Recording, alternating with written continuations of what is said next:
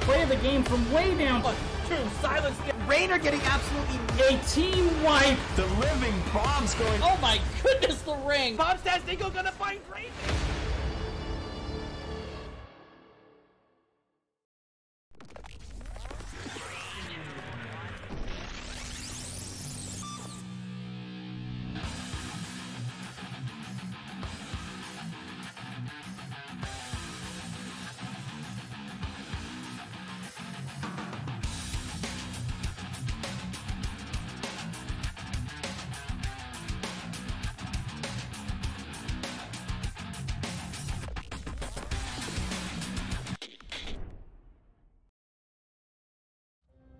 Hello everybody and welcome back to the Nexus gaming series. Sorry about that slight delay getting started. Had to get our team all together there. But welcome to my co-host this evening. It's the lovely Commissioner Lulu. How are you tonight, Lulu? I'm doing good. Better that you used my full title of Commissioner. That's, feels good. How are you doing, Aero? You know what? I'm just fine. I'm happy. I'm doing all right in this quarantine era. Living life, getting all the video game time in.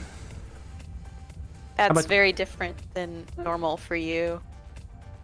You know, you're right. It's not that much different. Fair enough.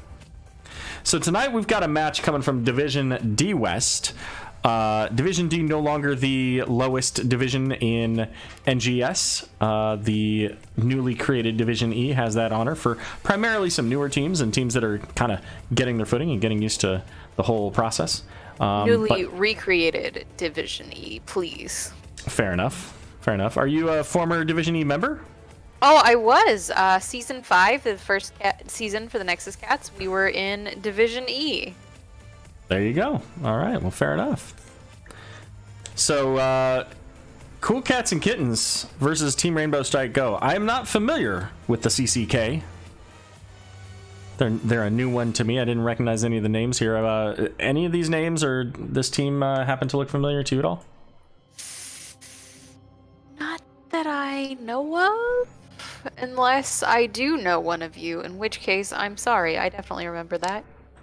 I have to confess, have not seen Tiger King. I haven't either. Okay, cool. So but that's okay because we're not part of the Cool Cats and Kittens team. If we were part of Cool Cats and Kittens, I think that it would be required watching. I have 2 cool cats, so it's just you and your dogs that are left out. You do realize that I also have 2 cats. You do. You don't talk about them nearly as much as your dogs, though, and honestly, that's favoritism, and that's not okay. I mean, really, that's what they prefer. They don't like the spotlight. They don't like being up in front of everybody. But speaking about the Cool Cats and Kittens and Team Rainbow Strike Go, let's take a look at our map band, shall we? Sounds good. So we started off bands coming out from the CCK on Sky Temple and Towers of Doom. Meanwhile, Team Rainbow Strike Go, that's a mouthful, they banned out the Tomb of the Spider Queen and Braxis Holdout. And first game is going to be on Cristallo. So there you go. There you go. Taking a look at the standings, you may notice this is a little bit of a shorter list than you might normally see. Only 7 teams in Division D West. That's another change in this season, is that some of the divisions are round robin. I believe it is... Some are double round robin. Or, I'm sorry, double round robin, right. The D West, I think Division E, and I think A West are the ones that are all double round. That sound right to you? Yes, I believe so. Possibly Heroic? I'm not actually sure how many they have in Heroic this year. No, it's a lot of the definitely not Western Heroic. divs. I'm positive Heroic's not double. Okay. But yeah, you know, I mean, East Coast, West Coast. It's true. West Coast people, they're so late. You know? Yeah. As we're casting a West Coast game, but you know, it's all good. Look, I'm in the true best coast, which is the Central Coast, so I go both ways. You don't have a coast within like 6 hours of you. There's lots of lakes here, so there's lots of coastline. I don't think that's how that works. Yeah, sure it is.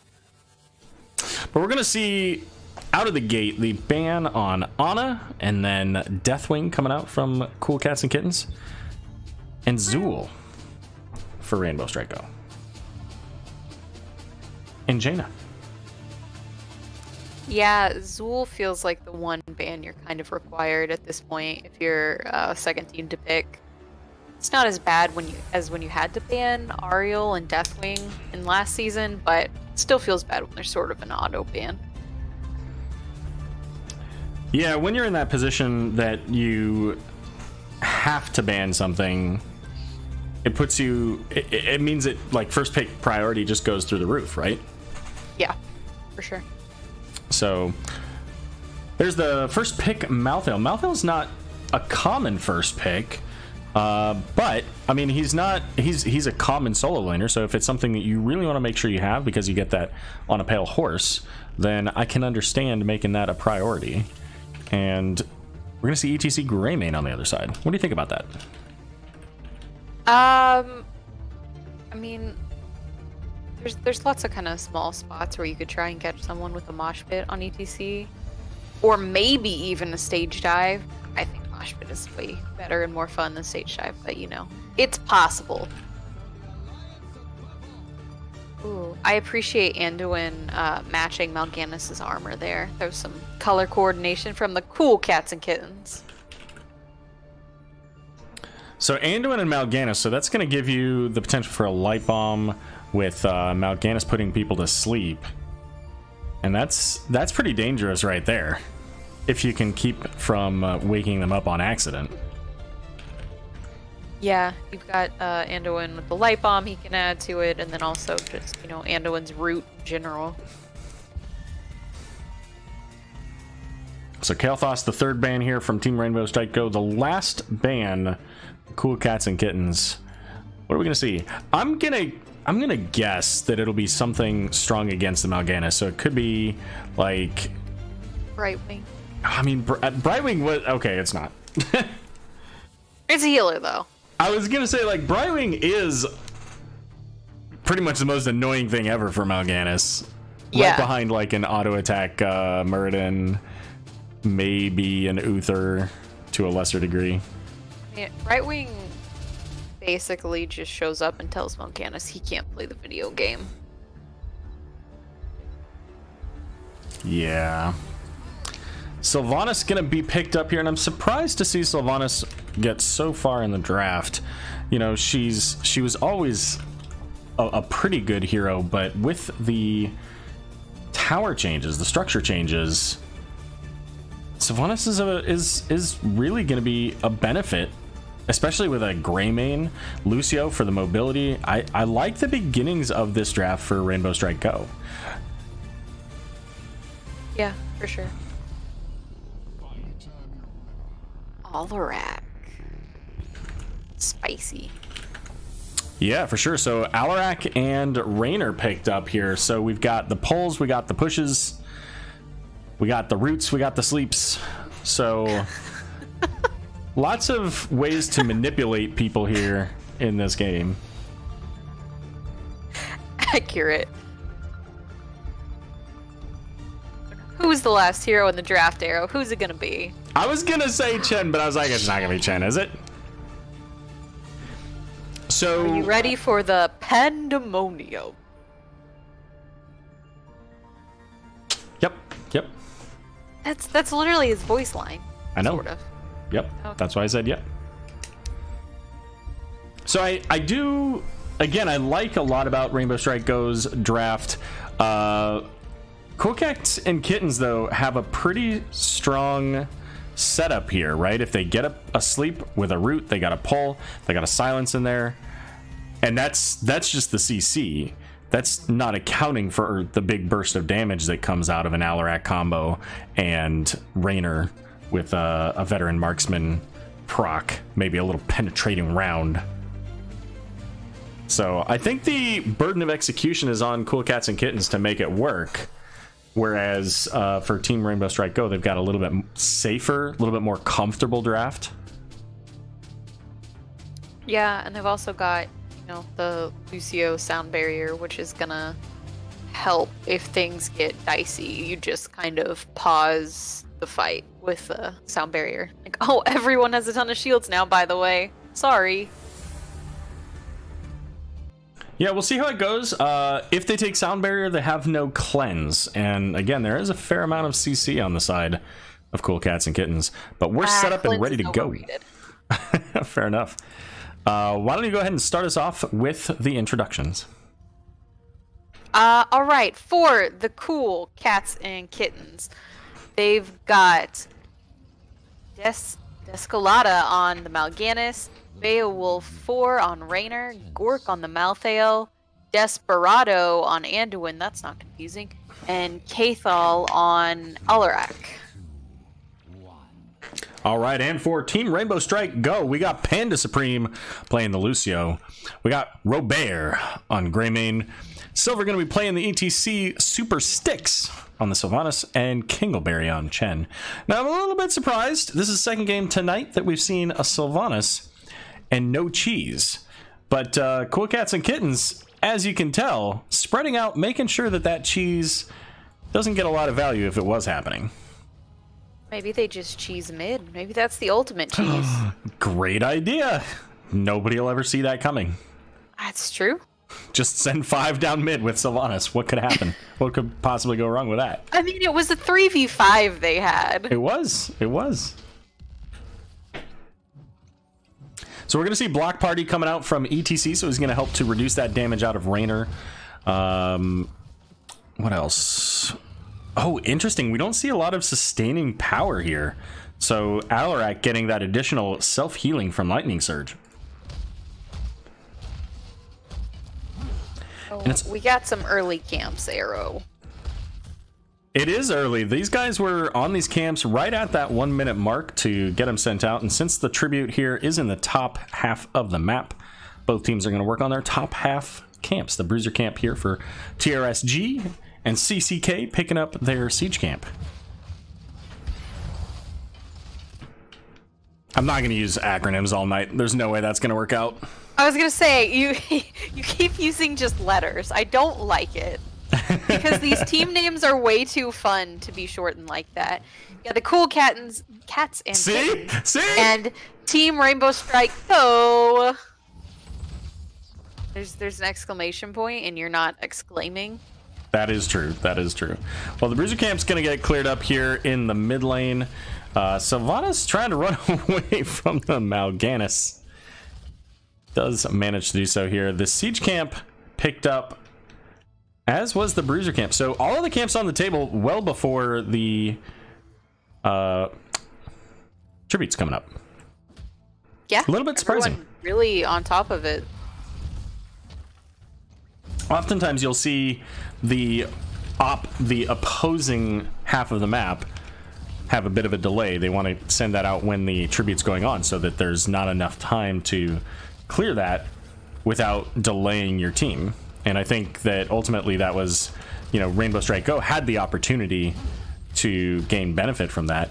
They could have even decided to give up the tribute and just pushed with the Siege Giants, right? They've got the Sylvanas. I mean, they still have to have Alarak down here dealing with this, which I guess Chin also stayed down for a long time, so they don't get a whole lot of value from that in the bot lane. Yeah, and I mean, Alarak could have just pulled them in and let the towers do the work as well. So Chen and Alarak still in the bottom half, but penetrating round going to knock Lucio off of the point here. It's cutting it close. It was pretty close. Sleep coming out, putting ETC into a nap there. He's going to get the Fell Claws. Mal'Ganis looking deep, but gets pulled away by the Leap of Faith. Surprise Alarak. Oh, almost got the kill, but Raynor finished it off. Now, Alarak doesn't have any mana, so this isn't necessarily the worst thing for Rainbow Strike Go, but they do have to be a little bit careful. And Greymane, never mind, getting chunked down pretty hard here. Alarak gonna channel as Chen and Lucio going in for the Mal'Ganis, or rather Mal'Ganis going in for them, I guess. This Mal'Ganis has no fear so far. But I mean, when you're a Demon Lord, why would you? That's true. That is true. They're not in the Twisting Nether, so he just comes right back. Dreadlord? I don't know. Whatever the name is. Yeah. Oh my stars, says Riseki. We got a bush cow. Aw, bush cow left the bush. That's less exciting. Oh no, Sylvanas is in the bush. Well, you know, I mean, you do what you gotta do. Let's see if they can get this. So ET, there's the power slide, missed. Did get the knockback. I think if ETC hits that power slide, maybe they get that chance, right? Maybe they get the opportunity to kill Mal'Thel. Certainly bring him down low enough that he has to tap. But without that stun. What are you? Okay, that's fine. He just hearthed from in front of the towers, and Chin totally could have stopped that, but he chose not to. Well, here's the 4v4 here. This time the power slide did work, but the sleep is going to give... never mind, I was going to say it's going to give the tribute over. But Chen coming in with that flying kick gets the stall. This time it's Mal'Thel looking for the channel, and Sylvanas getting the stall. Mal'Ganis going to get taken out here. Can they get the stall again? And they do. So this time, Cool Cats going to have to force the retreat here, or call for the retreat. Lucio saying, we're coming at you.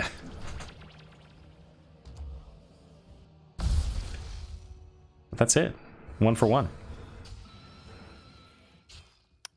Indeed.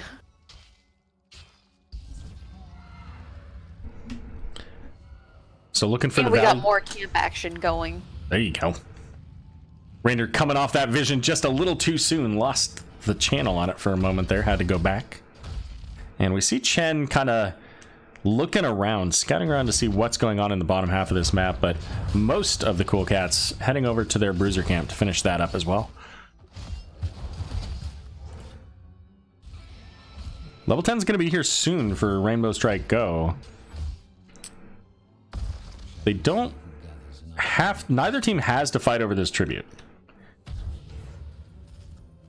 Yeah, XP is still pretty close, but about a third of a level behind for the Cats and Kittens. Oh! Rainbow Strike Go going for the boss? Going for the boss? Yeah, and this isn't a big surprise.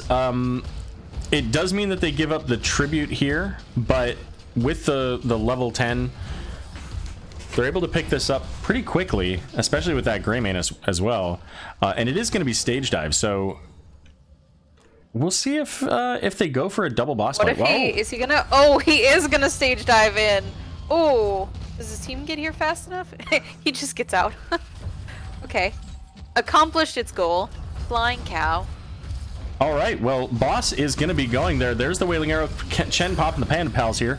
A big root from Chen, and Salvation's going to help to keep everybody nice and healthy, but Mal'Ganis falling very low. The Leap of Faith coming in to keep him alive again. So that's going to get Cool Cats and Kittens to disengage. Lucio working on the channel, going to be the second tribute, and along with that boss, which is now working its way toward the top fort. So pretty solid play out of Team Rainbow Strike Go there. Yeah, and there also had been a siege camp bot for Rainbow Strike Go that got a little bit more of the wall down on that bot fort. Oh, Rainer almost dying to boss, but he is fine. He's fine, and the fort's alive for now. So this is an opportunity where Team Rainbow Strike Go now can kind of feign that they were heading up, but they're able to bush gank the Mal'Ganis, not quite getting the kill. ETC with the power slide onto Mal'Thel though. Massive sleep from Mal'Ganis. Yeah, that probably just saved them all. The deadly charge from Alarak looked so good if it was about a half a second earlier. Good news though, Rainer does not get tribute for free because of, you know, the, what's it called? Stage dive. Stage dive, that's the one. You know it. And with Malthael being slow, this gets kind of scary for the cats and kittens.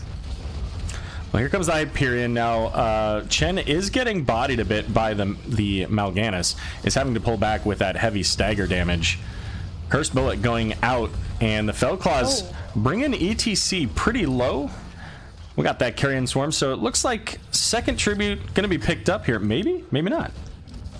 Kingleberry popping the Panda Pals, and here they come. The jump over to Alarak. But everybody just falling so low on both sides here. But the Salvation's coming in. Kingleberry, well, I don't even think that counts for a stack. Malthael? Yeah, Malthael falls. Bud? No stack, it doesn't count. Alarak with the big Lucio pull and kill. Now they get the tribute, right? They're gonna stand right on top of each other in channel. That's dangerous, but it's fine. So Stage dive was not yet off cooldown. Interesting thing to watch there. I don't know if this is every hero, but Alarak, when he channels, has 2 beams. He's channeling with both of his arms. I don't think most heroes channel with both arms. I think most heroes channel with one. We'll have to check that out the next time there's a channel. What? On the tribute. All right. I mean, I'll watch for it, but it's interesting. Interesting observation, Aero. Very insightful. Yeah, you'll see. You'll see. They'll all see. Malthael, very in danger of getting ganked by 4 members. Oh, he's not that fast. When you say in danger, he did. It was very imminent danger. So ETC's top has the stage dive, so he can easily come down. Alarak, not so much. Yeah, and this is, I mean, this is a curse they have to give, but that's better than everyone dying. Raynor, please. Raynor using the Hyperion there. Oh, the Leap of Faith gonna keep him alive, but did use that ult. 1 second now. Malthael is back. Oh. So we'll see if they can stall this out long enough. Carrion Swarm being used for just that purpose. Yeah, I mean, it does buy some time. I don't know if they can get back to the Lucio again. Look, Lucio's channeling with one arm. Did not make it there in time. Just unfortunate for them, but if they win this fight, that's gonna be real good. The Wailing Arrow coming out, locking down the Alarak, so he couldn't quite get out. We're going to see the last rites going out onto Sylvanas. Eventually she falls. Oh but my gosh. Everybody with the red health bar just falling here. Oh, okay. I missed ETC stage diving into that fight. I thought he died in the top lane during a curse, and I had so many questions. Okay. No, he actually did the stage dive onto Lucio's Salvation. Gotcha. So now with the curse going against them, they're going to go ahead and pick up the boss. Now they're going to lose top fort for sure. They might even lose bottom fort potentially here. Yeah, Raynor's heading down to deal with that. Try and save it. I don't know if he gets it in time though. Yeah, that's fine for now. So you know, that's not bad when you kill the entire enemy team when they have a curse and they do nothing with it. Almost nothing. Yeah, I mean, they did get that top fort. Now, this becomes a bit of a question here. They pretty likely know that you're here. They don't have the vision of it, but they have a good idea, especially now that they see ETC. I don't think they get in time. I don't think they do either. Maybe in time for a fight, but... Oh. This is where you just leave. Yep, Sound Barrier came out. You're so close to 16. There's 16. Now you can fight. ETC's looking for that Anduin. Does have the knockback and a bunch of damage going out there, but Mal'Ganis is going to put some sleep out. And then gets hit by the Wailing Arrow. He's going to pop the Carrion Swarm in the middle of the Salvation, though. Oh, so, that's a bit of a feels bad. Yeah, not quite getting the full value there. Stage dive coming out, missing the Raynor. Just because, ultimately because of the mount. But a big power slide, the knockback, the sleep going to happen, but a 3-man sleep is going to prevent Rainbow Strike Go from really getting any further kills out of this. Aero with an exclamation point. Go! Thank you. Much better. Meanwhile, in the bot lane, boss for Cool Cats and Kittens getting almost as much, actually, yeah, just as much value as the boss in the top lane for Rainbow Strike Go. And, you know, I gotta say, if I'm Rainbow Strike Go, like, that's a ton of XP that's just sitting there in the bot lane. Yeah. All right, so Cool Cats and Kittens hanging out in the mid lane right now. Only one map objective, which is the siege camp here on the right. And so they're just kind of pushing up their lane, dealing with the bruiser camp. They're kind of far forward, though. Yes, they are. Ooh, stage dive. Ooh, that. And this is where have been on point. They really have been. This is where ETC needs to look for that slide. He gets it onto Anduin. They need to finish the job on the Mal'Ganis. They get it. Mal'Ganis being dead means that this is an easy tribute here for Team Rainbow Strike Go.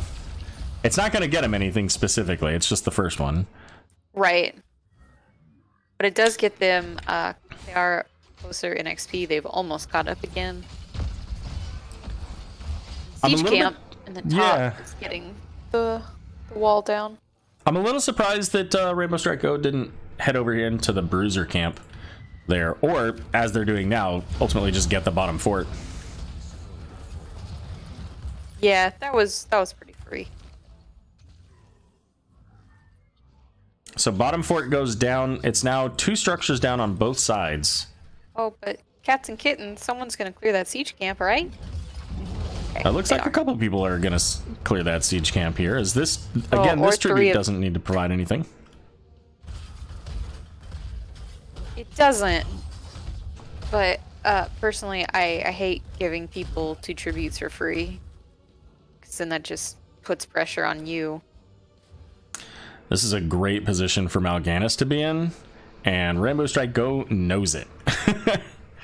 Not only that, but take a look at this spreading plague. That's the additional damage. I was thinking it was the other one. Curse bullet coming out, and here's the sleep, but he gets put to silence. Mal'Ganis taken out. He was just so far forward, couldn't get a leap of faith on that one here. And Gork gonna be the next to fall. There's a, I thought I saw last rites, but maybe there's something else. Bye, bud. Lucio saying, hey. Lucio coming at you. Lucio saying, hey. Silence. Oh, Alarak. Alarak, bud. I'm not gonna lie, I missed what happened. That's okay. I was watching the top lane. It's okay. I caught it on stream. There wasn't anything too exciting. They were just like, hey, what's up? And surrounded Alarak, and then they killed him. All right, third fort of the game for Rainbow Strike Go. Here comes the next tribute. Now, everybody except for Alarak will be up when this spawns. This is not a great place to be in for the Cool Cats and Kittens, because they're just going to have people spawning as this tribute comes up, which is Curse Point. The boss is available in bot. Oh, here they come. This is a 2v4 as well, by the way. Mal'Ganis. You want to see? Mal'Ganis made poor life decisions, let's say. All right. So now, Cool Cats and Kittens, they're gonna be down 20s, and they're gonna have to defend this curse. Can they do it? Last time a curse happened, they full wiped the other team. I don't think that's gonna happen this time. Aero, you don't know until it happens, or that is true, but I said I didn't think it was gonna happen. They find themselves a free Mal'Ganis base, or they already had the Mal'Ganis, so of course that was free. Malthael, too many Mals. Yeah, yep. Rainer's clearing the siege camp from the top lane. This is good. They are losing their second keep, which is fine. You're just trying to live here right now. But now they have to defend the core. So keep in mind that these circles reduce the armor of the target by 75. So anybody standing in those circles is going to just get super punished. But Soundbringer is going to help that. Yeah, I was going to say, but also Lucio exists in this game. His ult is pretty okay. They do get the kill onto Greymane, but it's just not enough. Team Rainbow Strike Go will take off the first game on Cursed Rainbow Hollow. Strike, go! Psychic says, poor Mr. Duin.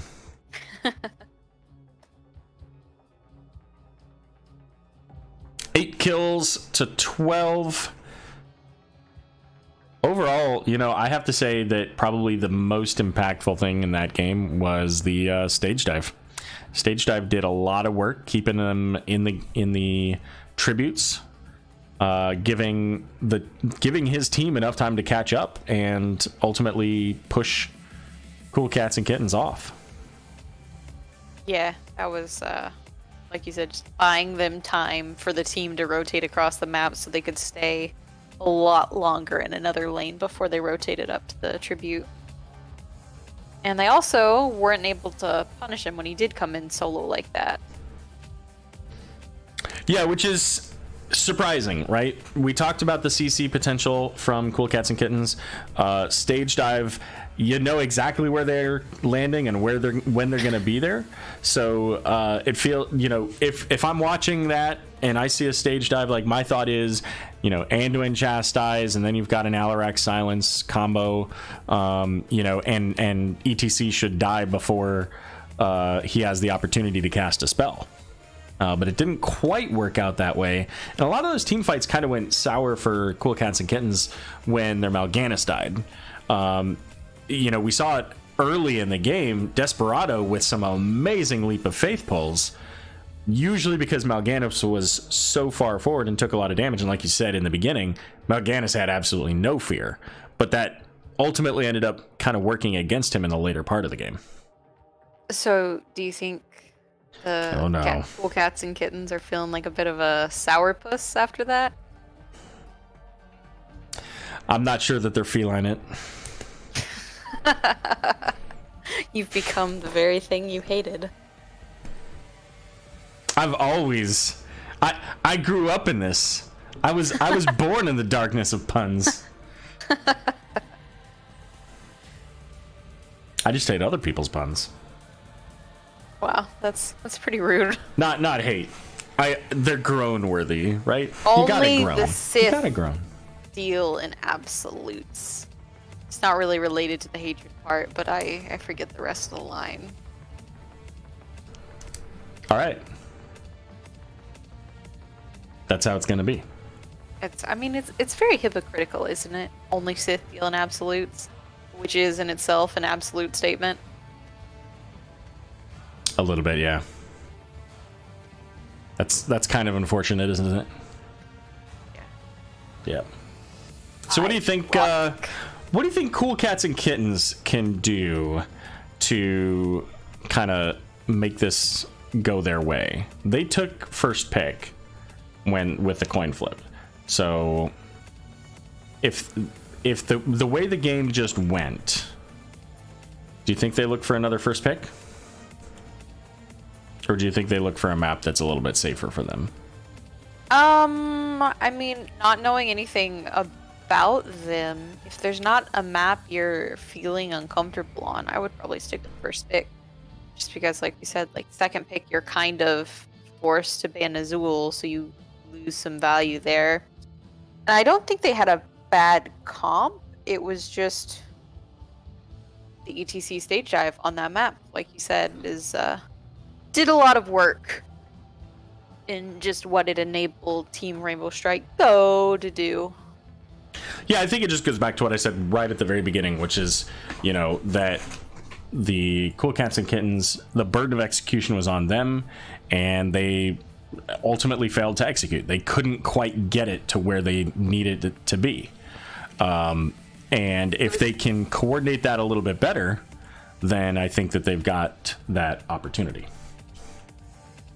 Yeah, and they started off really well, too. It was just towards the later in the game, Mal'Ganis was getting punished more when he was in as deep as he was in the enemy line. So I wonder if, you know, if they're going to take something similar, because they could potentially on this particular map. Which let's go ahead and show everyone where we're going. We're going to Volskaya Foundry, and that is the pick of Rainbow Strike Go. So you could see kind of a similar comp, right? The Alarak gets value here, the Mal'Ganis can get value here, the Anduin can get value here. But I kind of wonder if they don't look at maybe a slight adjustment.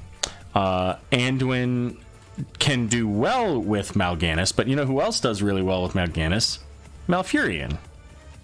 And that's a little bit of an easier combo to set up with a sleep into a root. What do you think about something like that? Yeah. That's a big root that Malfurion has compared to Anduin's, which is more of kind of just a point, so they compare well together with the sleep. Casters, are we R, Aero? We are always R. We are! Yar, mateys. So, also, I want to point out that these two teams both have portrait synergy, which I appreciate. It's why they're bringing their A game to this match. They're bringing their A game to Division D. Yeah. Alright, well, let's get started with our draft. And this is where we find out if we get anything different from the teams. Oh, did Panda Supreme play Chin last game? Nope, Panda Supreme played Lucio. That's a real shame. It is a little bit awkward, right? But maybe we'll see a different one. Unless there's a lead lady. There just might be. That would just... You know, that would really make my night. Lucio was pretty rough against Cool Cats and Kittens as well, right? I mean, there was a lot of the mobility that allowed them to... Was that a dog joke? Pretty rough. No, it wasn't intended to be anyways. Anyways. No, that would have been something like if Greymane was rough, right? True. So anyways, Lucio provided a lot of value with that mobility, helping to run down the enemy team multiple times. Had those great shockwave.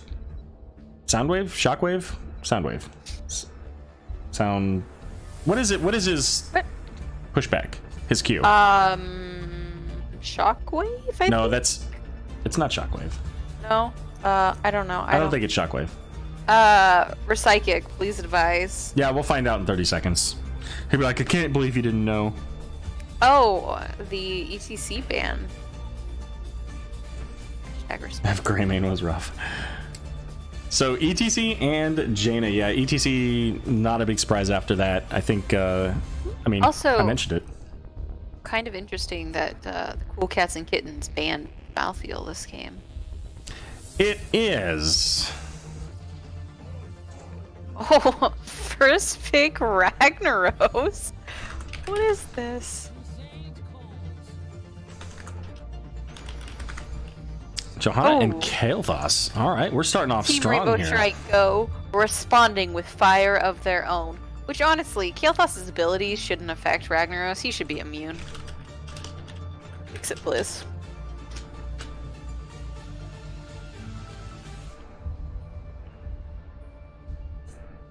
Here we go. 2 and 3. So we've got the wave clear, quite literally, in Lava Wave. Sound Blast. That's what it is. All right, so we're going back into Anduin, but we're going to get Li Ming as the mage on this round. So Cathal going from Alarak to Li Ming. A little bit of a different setup there. Raynor going to be the ban. Kind of surprised to see that. I don't think that they would have been going into Raynor at this point. Raynor's just a good hero.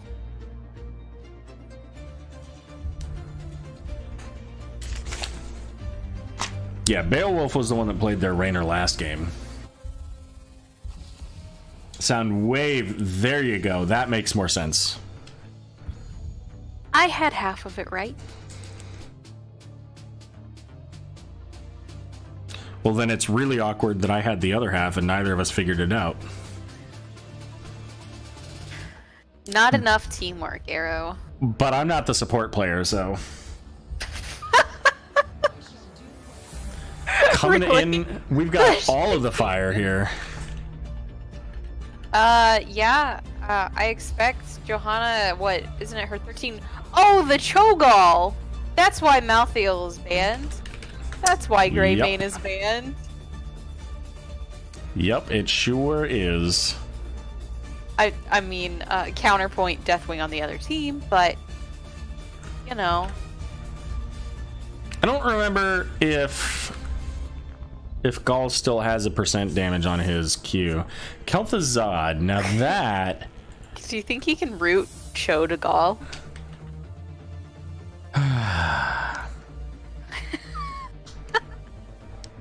You've really missed me in the off season, I can tell. Sure did. What is FFZ supporter? Also, Kel'Thuzad, not fiery at all. I know. Because Johanna, she's got, I think it's her 13, where you can burn the enemies around you or something. Yeah, like, it's so like a holy fire or something like that. Yeah, so she could have fire too. Kel'Thuzad is just icy. I mean, they got this whole icy hot thing going on, right? Like, but then Shaq's on the other team. This is true. So I don't know. This is an interesting draft. I mean, Cho'Gall versus Deathwing, kind of the pinnacle high of the HP big, heroes. Boys. Yeah. Psychic, what the hell, Thuzad?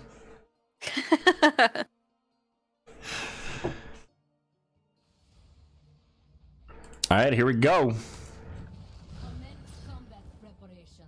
Let's get our introductions going. Take it away, Lulu. Okay, so game 2 for the cool cats and kittens.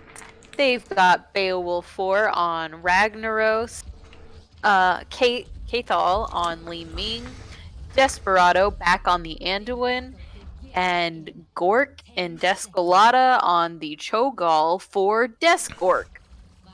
All right. And for Team Rainbow Strike Go, we got Kingleberry playing the Deathwing. Panda Supreme not playing a Panda, once again. Instead playing Alexstrasza. We got Super Sticks here on the Kel'Thuzad, Silver on the Johanna. And Kael'thas going to be played by Robert. And if I didn't say it, that's for Team Rainbow Strike Go. Now, Super Six there getting blasted in the face real fast. Already knocked down to about a third health. And it is going to be W build here for Alexstrasza, so she's going to take that talent to help with the healing of her big, beefy front line in Deathwing and Johanna. The only way you can really heal Deathwing is with Alexstrasza's W quest. What? What? Was that a question or a... Yes. That's the only way you can heal Deathwing. But you can't heal Deathwing. You can if you spawn globes.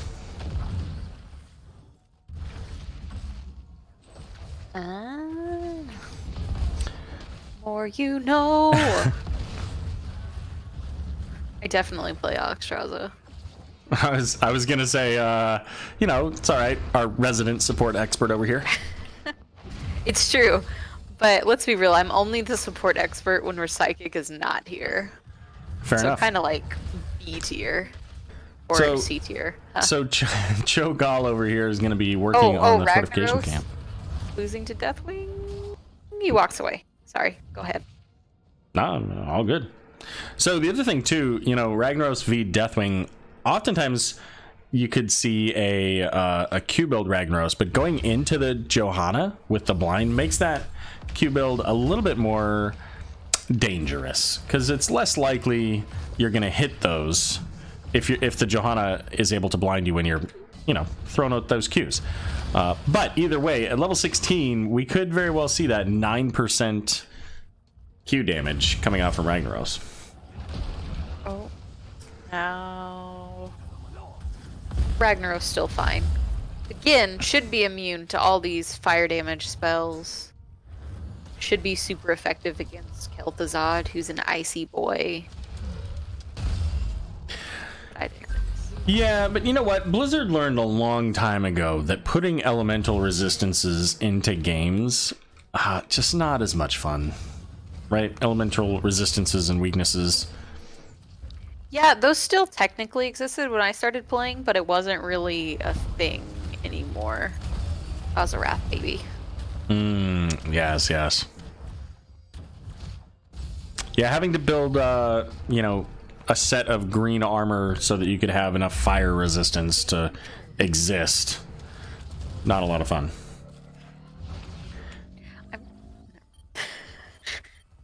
There's a HOTS game. I won't go into transmog and things like that. Yeah, let's not get into all that. So we got Alexstrasza here going into heat exhaustion, so increasing the slow, and it doesn't decay on her flame buffet. Actually, is that what that... It is, right? Yeah, it is. Yeah. I was thinking maybe the level 20 version was flame buffet, and then it occurred to me that no, that's just... It adds flame buffet to her dragon's breath. So Cho'Gall went up top to clear out the enemy siege camp. And now he's going back in, which means they should have a man advantage on this point while two are going up to clear the Cool Cats and Kittens camp. And I like this call, getting the support camp now. They're able to get this done while Cool Cats are sitting on the point. Definitely still in bot though. Does Deathwing get healed by a biotic emitter? I do not believe so. Okay. I mean, that would make sense if he doesn't. Ooh, so, Kel'Thuzad going down. And Alexstrasza is getting super low. Yeah, Deathwing went up into the air, I think. But yeah, he definitely was, and then he just went back into the bot lane once that death happened. But you know, going up into the air, it takes a while to come back down, and even with Skyfall, which is not the talent that Deathwing took, you know, Skyfall can reduce it by a short period, but it's still going to be 5-6 seconds, and they were just too low for the Deathwing to bring any significant value to them there. Also want to point out Alexstrasza has a fantastic skin and she's got a matching crab for it, and that's awesome. Her dragon form's so pretty. Overtime is going to get procced here. We do have the turret, double turret in fact, for Rainbow Strike Go, as Cho'Gall getting the gravity lapse brought down to about half health, but there goes the biotic emitter. And Li Ming with the big orbs hitting Kael'thas, bringing him very low. So is Kel'Thuzad. He's going to get something right back to his phylactery, thanks to the Deathwing. And this is going to be the first... Is that right? No, that's not right. Deathwing didn't do that. He's on his team. Oh, okay. Never mind. So, okay, somebody else killed Kel'Thuzad. I wasn't paying attention, apparently. It was just interesting timing. So Anduin and Ragnaros both killing blows. There you go.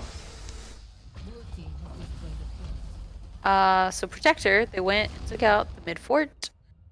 Now they're going up, hopefully for low. Meanwhile, Deathwing doing Deathwing things in the bot lane. Cho'Gall's gonna go down to deal with that. Yeah, and it kind of has to be Cho'Gall, right? Because the only other people are in the Protector. Oh. Speaking of the Protector, getting that kill onto Alexstrasza, over the wall, no less. Yeah. And there's still like a level lead for Cool Cats and Kittens here. They've got about a quarter of a level before Rainbow Strike Go gets their level 10s online. And this is a remarkable push here from Cool Cats so far. In the lead by a full level, they've got now Ragnaros online with Lava Wave, which means that they're likely to continue growing that XP advantage. They also got a fort with the Protector and then went up and got the top well also. It's a really good objective for them. Definitely worked in their favor. The fortification camp going to be picked up here by Cho'Gall, and the Lava Wave coming through, going to force Deathwing out of the lane. And Kinglebear there looking for the Li Ming, but Li Ming's not a hero that Deathwing can very easily get onto. Okay. Cataclysm used to get out of dodge. Yeah. It's one of them disengaged cataclysms. Ragnaros out to be ganked right now, but his team is here. He should be fine. Oh, there's the Kel'Thuzad combo, but not quite able to land the root, and instead, Disintegrate gonna happen. Once again, sending Kel'Thuzad back to the graveyard. Look how pretty that Alex is in dragon form. That is a very nice Alexstrasza.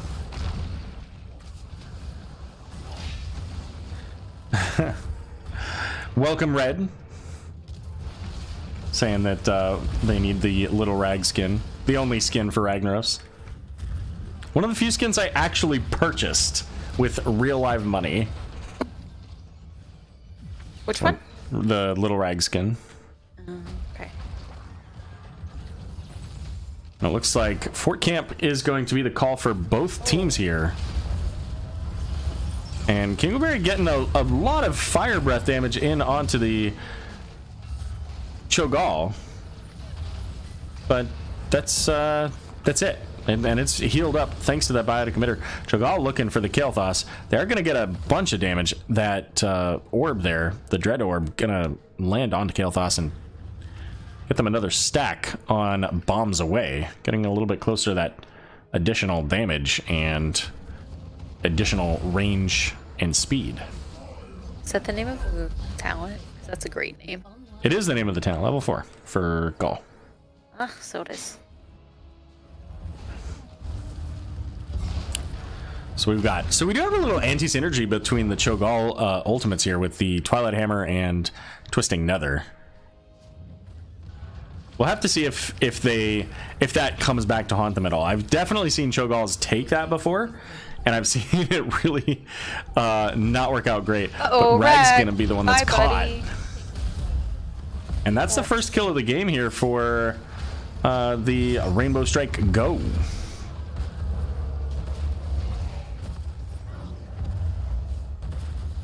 By the way, we didn't even call out the fact that it's double dragon comp. Oh, it is. It's too bad they didn't have Hanzo set up like Kel'Thuzad. As in, he's all slightly dragony. Sure. He's got the dragon ult. Sure. Aero. Killing me. So, good news for the cool cats and kittens. Rainbow Strike Go took a long time to get onto the point, so they didn't lose a whole lot for Ragnaros being dead at the start of that. True. That said, it's Cho'Gall versus Deathwing in the bot lane. That's two for one, so to speak, which means Rainbow Strike Go has an opportunity to stay on this point for a fair bit, and Deathwing can also fly up. I mean, I think they're trying to get 16s for the cool cats and kittens to fight this, but I don't know that they really have the time. Oh, except if all of Rainbow Strike Go just leaves. Oh, okay. They are now down 16s officially, and so they got out while the kittens did. Yeah, I think the best thing they can do is just head to bot lane and push that. They've got a wave there. You know, leave one person to gather that XP. Done. Yeah. As long as they leave bot lane by 60%, they're okay. Of course, Ragnaros has Lava Wave.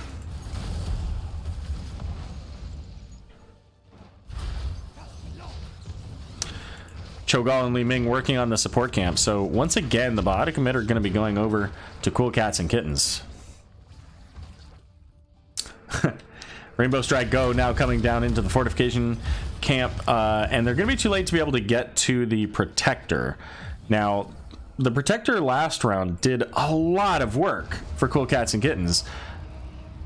And yeah, they've also got a clear path to that keep as well.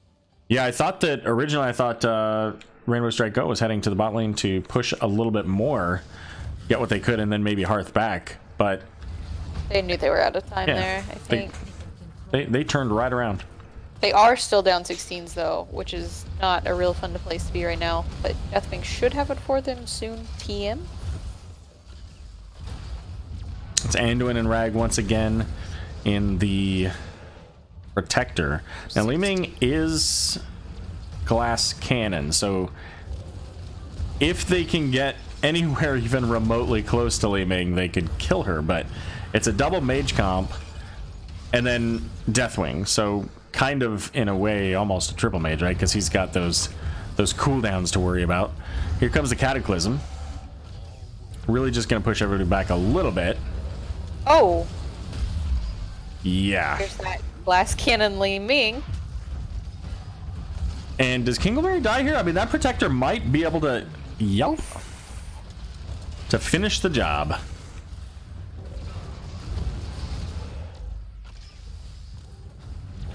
Well, they're not quite getting the keep. It's very close, but the Protector's low enough they don't want to be standing there. Oh. There it is. There we go. Easy.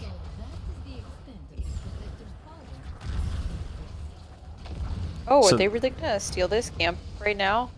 Well, Deathwing's down, so Yeah. they've got that opportunity. They also have both of those forts down, so there's really nothing stopping them from moving around about the map wherever they want to be. And you got Ragnaros with that lava wave in bot lane, officially putting essentially 2 waves of minions right onto this bottom fort. Kel'Thuzad's going to come down to try to clean it up, but it's going to get the fort down a good halfway there.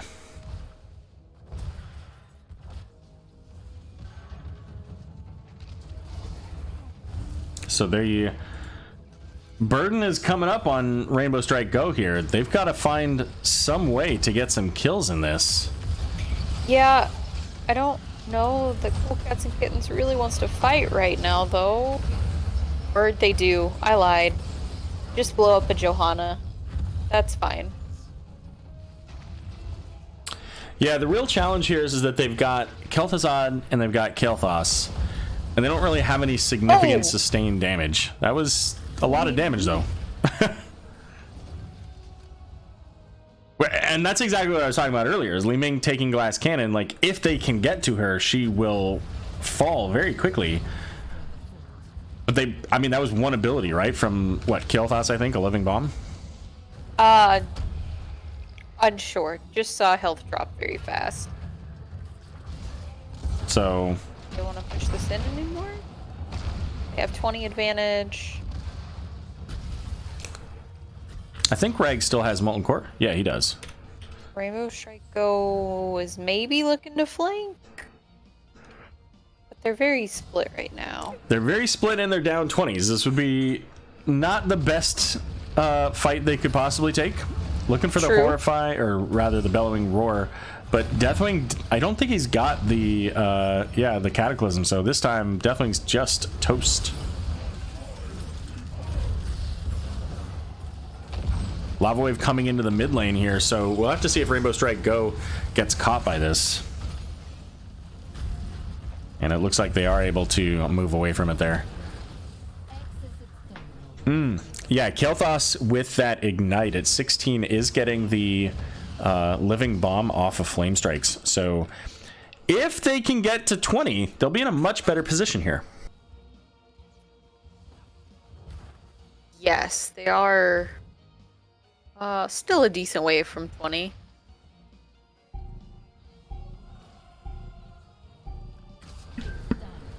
Yeah, I'm looking forward to seeing that Flamethrower from Kael'thas. Because getting that Flame Strike along with a Living Bomb would give probably 2/3 of Li Ming's health in one spell. I was gonna say, possible Li Ming deletion? Pretty close. But they're still a full level away from 20. This Lava Wave gonna get a little bit of value. Not a ton onto Alexstrasza, but some.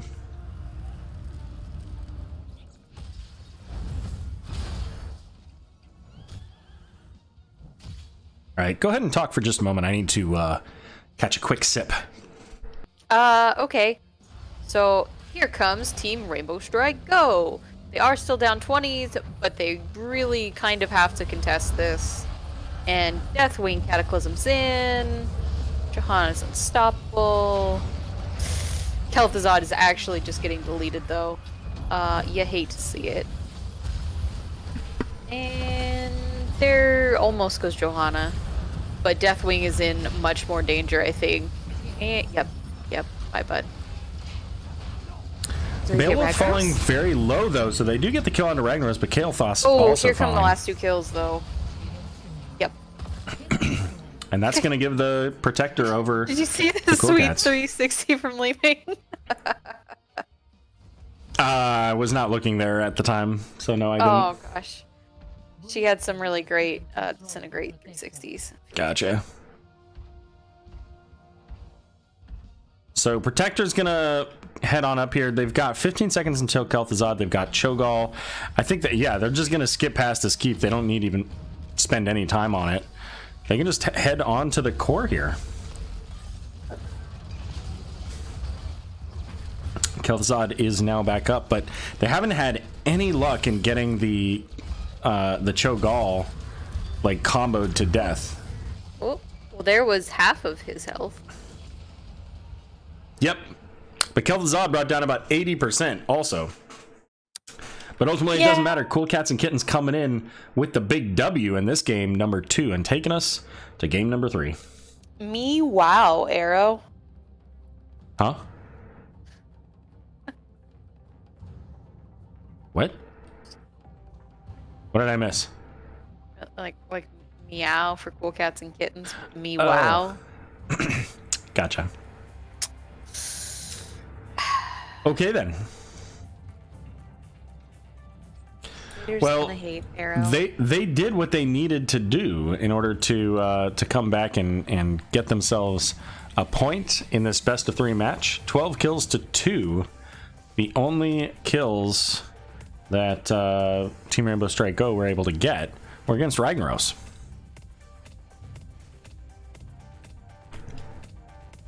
So, all right. As we get set up for game number 3, we're going to go ahead and take just a few minutes of a break. We'll be back in a few minutes.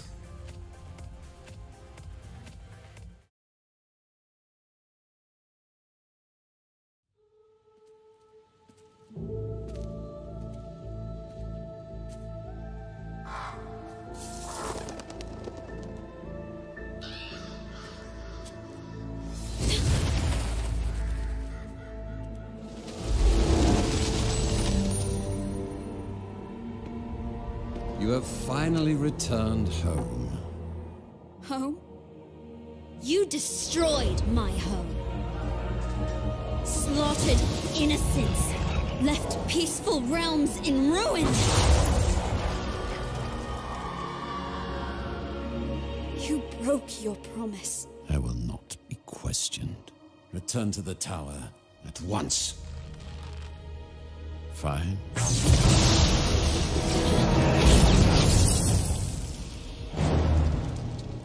How could you?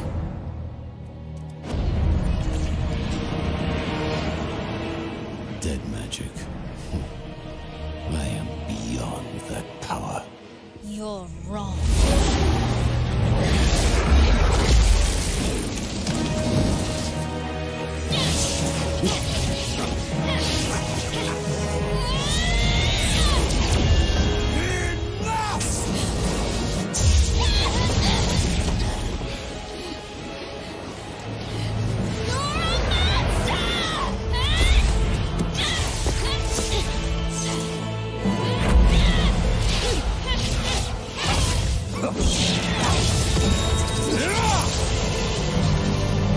Tell me why. There must be order, my daughter. Without it, everything will be lost. Then I will fight. I will never stop fighting you. For my family. For the realm. For the Nexus.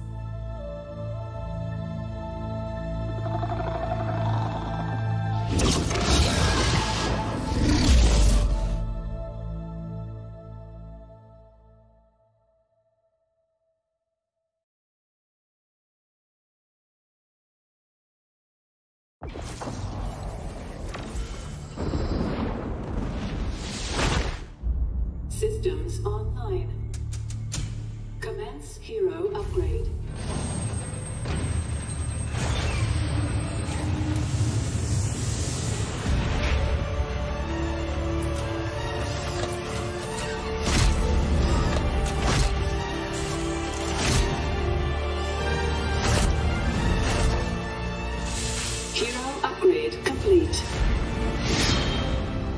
Hail to the Queen. New battleground detected. New hero arrival. The Queen of Blades. This should be fun. Don't worry, I'll make this quick. Having fun yet? Please, you had best be joking. Oh, you really don't seem to be up to this task, do you? Oops, I expected so much more. Do you ever shut up?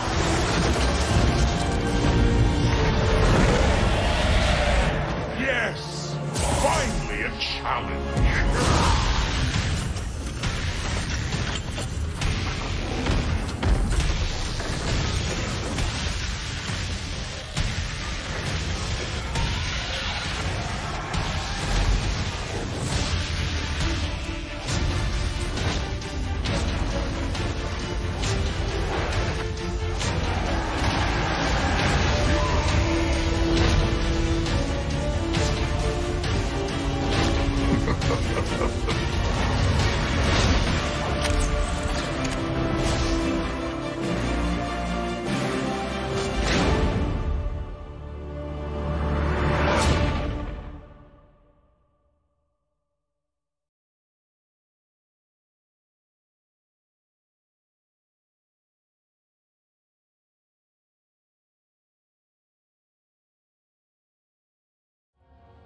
All right, and welcome back, everybody, to game number 3 between Cool Cats and Kittens and Team Rainbow Strike Go in Division D West.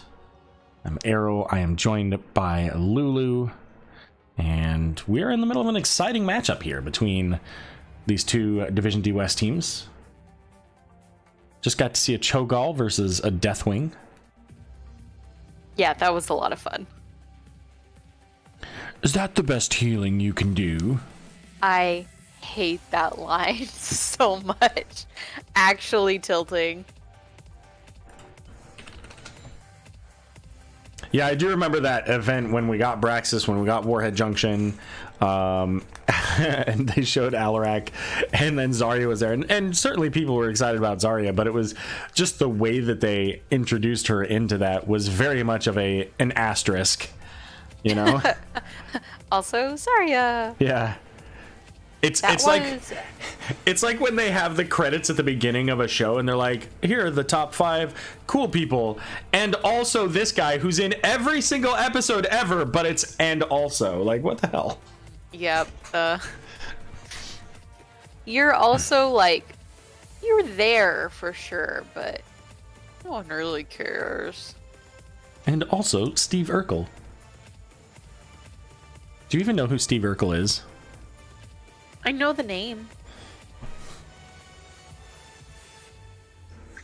Do you need more than that? No, it's okay. It's all right. Just a constant reminder of my impending doom and death. Thanks to old age. Well, that's a cheery note.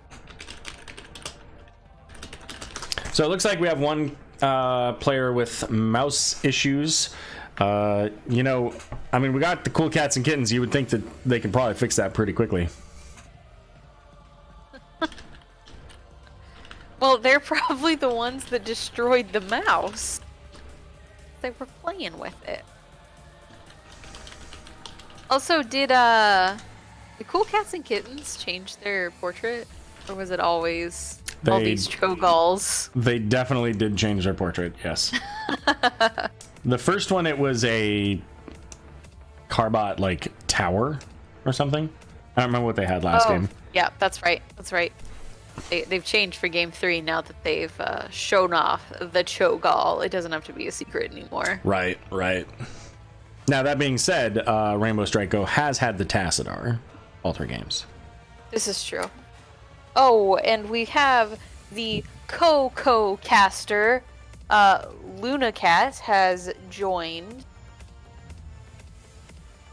She since I started working from home during all, the stuff in the world, she has been my office mate. She performs important tasks every day, primarily lap warming. And she's a pretty cool cat herself. Well, there you go. Looks like we are all set up and ready to go. Game number 3 is beginning.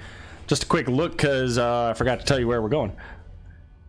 We got Infernal Shrines. Shocking Infernal Shrines. Oh man, we never see this in an NGS match. Right. So game number 1 there we saw was played on Cursed Hollow. That was the selection of Team Rainbow Strike Go and won by them. Volskaya Foundry was the selection of Team Rainbow Strike Go as well, but that one was won by Cool Cats and Kittens. Our bans tonight: Braxis Holdout and Tomb of the Spider Queen from Rainbow Strike Go. Cool Cats and Kittens banning out Sky Temple and Towers of Doom. And our third and final game of the evening is going to be played on Infernal Shrines. Okay, so 2 things real quick. Team Rainbow Strike Go, with the first pick, still ban the Zool. Guess they don't have anyone that plays it. Feels bad. Second, Cool Cats and Kittens banning the Mouth Ale again.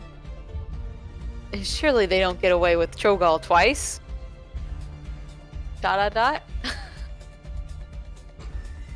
don't know, we'll see. We shall see. Ban on the Deathwing. Yeah, you know what, Rec, for what it's worth, I thought the same thing. I was like, when I heard Coco Caster, I was like, oh yeah, she's gonna shout out Rec. But I forgot. She actually just doesn't even like Rex, so there you go. Yeah, wait, Rick's not in the game now. Oh, first pick's Cho'Gall. Yes, they do get away with it again. Huge shout out to Recycic. Great friend, great co-caster to Mr. Aero RG. Happy you're here, Rack. Great to see you, bud. So I'm not surprised to see the Anubarak pick up, and I think the early Greymane was probably because they thought, we could end up seeing a Cho'Gall again here. So not a big surprise. We've already got a couple of different heroes that are really strong into the Cho'Gall. And you know what? I mean, they played it well last game. So game number 1 was an execution factor for Cool Cats and Kittens. Game number 2 was kind of just kind of a bulldozer, really.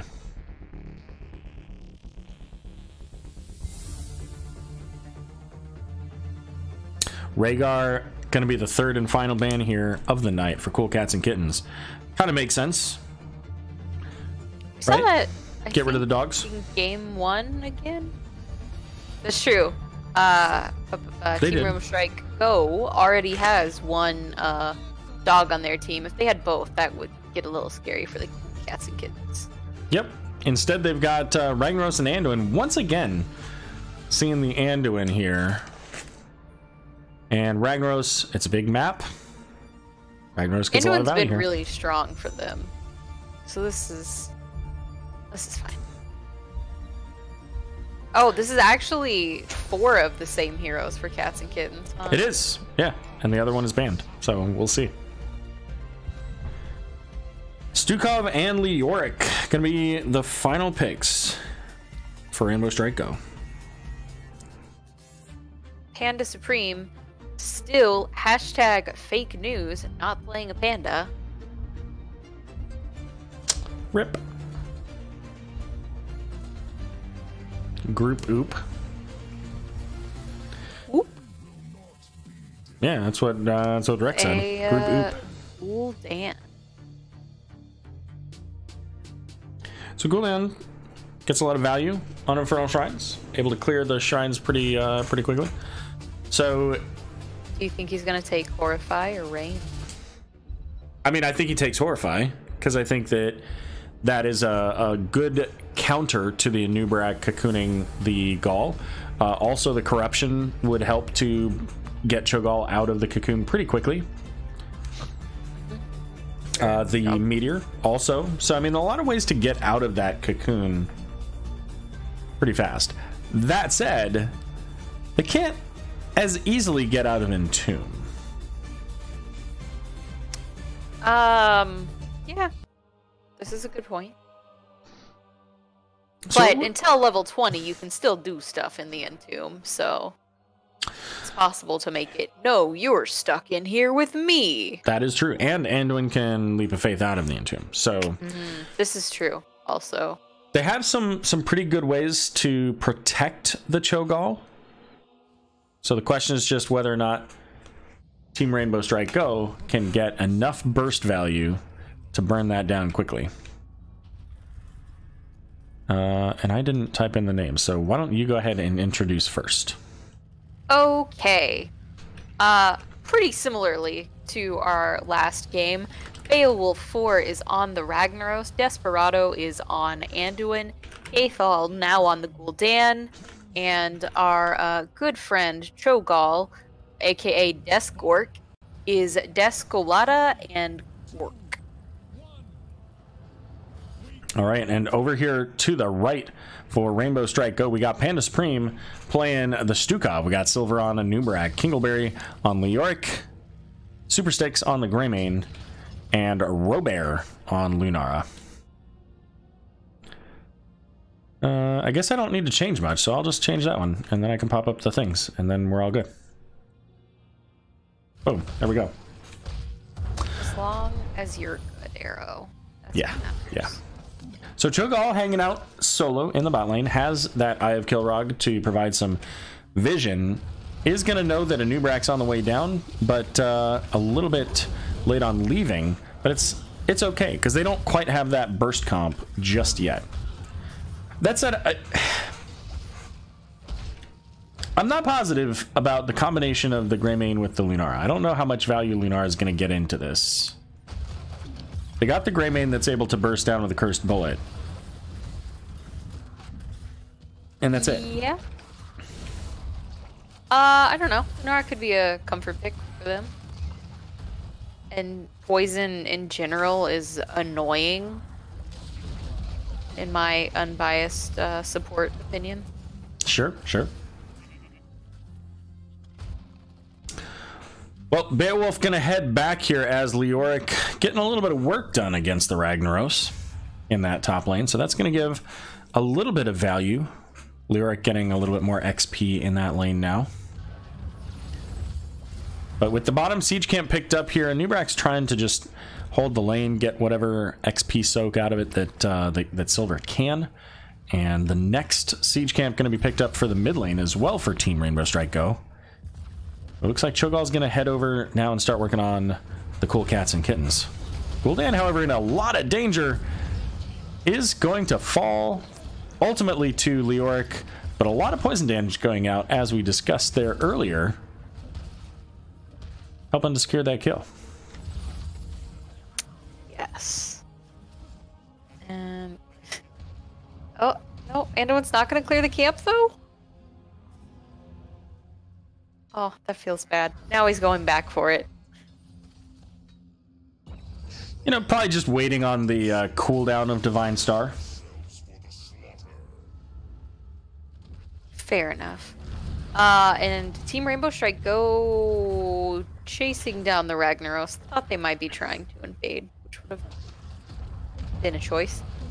Instead, both teams gonna go to their bruiser camps. And right now, the XP lead slightly in favor of Rainbow Strike Go.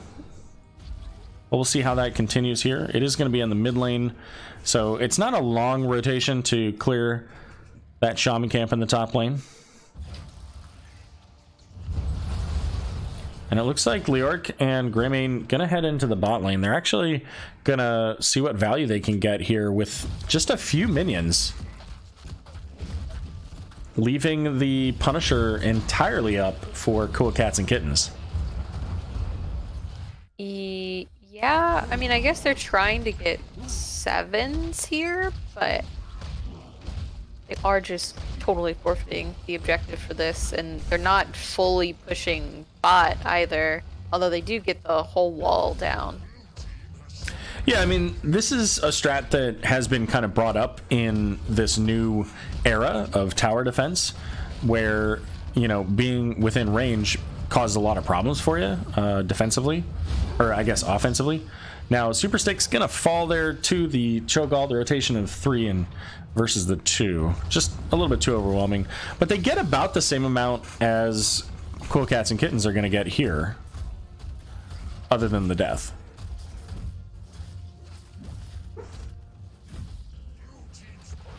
Yeah.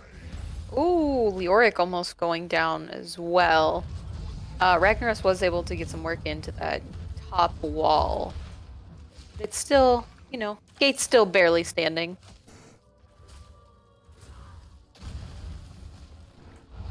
Mid lane here, Gul'dan just getting some poke in with his echoed corruption, sitting at 3 stacks currently, so a little bit behind. But they haven't really had a whole lot of opportunity to fight against the enemy team.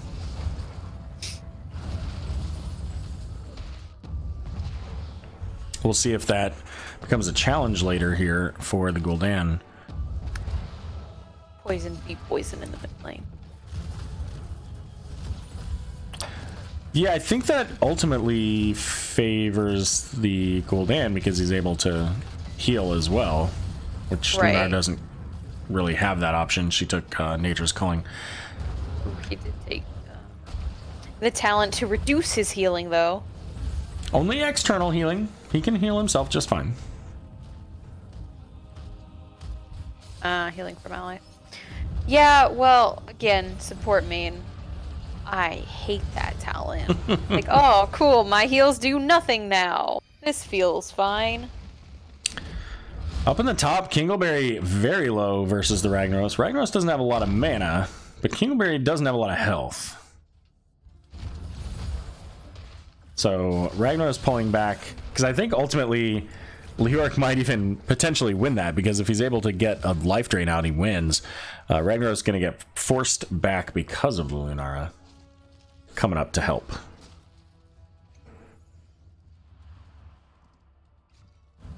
In the bot lane, we got Cho'Gall and Anduin continuing to put pressure here onto this fort, especially with the long range of the Dread Orb. Or Dread Bomb. Whatever it is. Lunar's going to get thrown into the wall with the Twilight Hammer here. Big Horrify. The Nubrak is getting pushed away from the team here, but the Twisting Nether not going to be the part that kills him, but does slow him down. Light Bomb going out doesn't hit anything. I think it was looking for the Lunar, but Lunar just hippity hopped right on out of there. Yeah. Her jumps are too fast.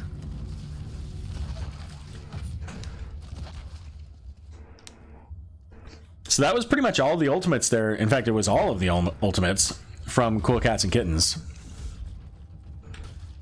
Ended up securing the kill onto the Nubrak, who did use that cocoon. And cocoon's a relatively short cooldown, so that'll be back up, but by that point everything will be back up for both teams. So it'll be a nice even fight again. Everybody, again, going for their camps. Both these teams really on top of camps the whole series. Now the fun begins. Except Ragnaros might actually be in a little bit of a bad way. No, he's totally fine. He's too far away.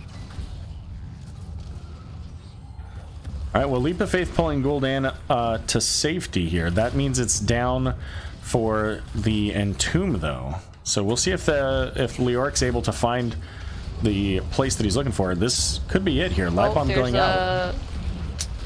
Fortunate Light Bomb. Gul'dan's stunned. They do get the Entomb out onto Anduin here, but the Flailing Swipe pushing everybody back, so no kills yet for either team. Lava Wave going bot lane is going to get a lot of XP. I imagine it'll be enough for level 13. Yeah, and Rainbow Strike Go backing off maybe gives us objective over to the Cool Cats and Kittens, although Cho'Gall dying would be less ideal. 37-4. Cocoon's not up, but Cursed Bullet is, so Cho'Gall, there it goes. Cho'Gall getting stunned there, but still not dying. Yeah. You just need like a Gul'dan to poke literally one minion. You get it. Okay. And it's there it fine. is. Everybody lived. Wasn't worried at all.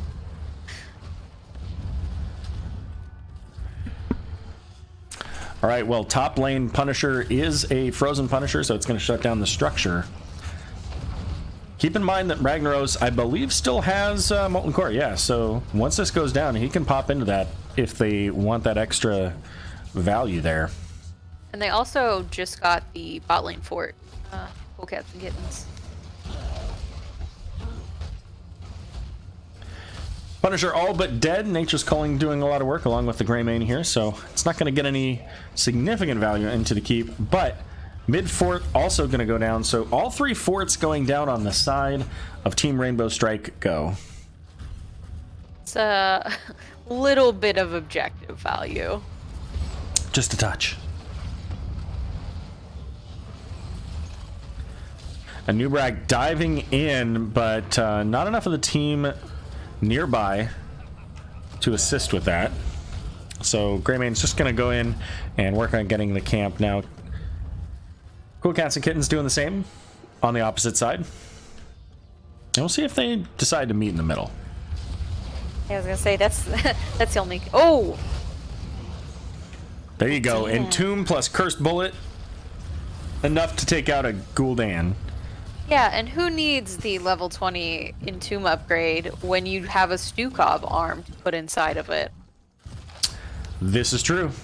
That's a HOTS life hack.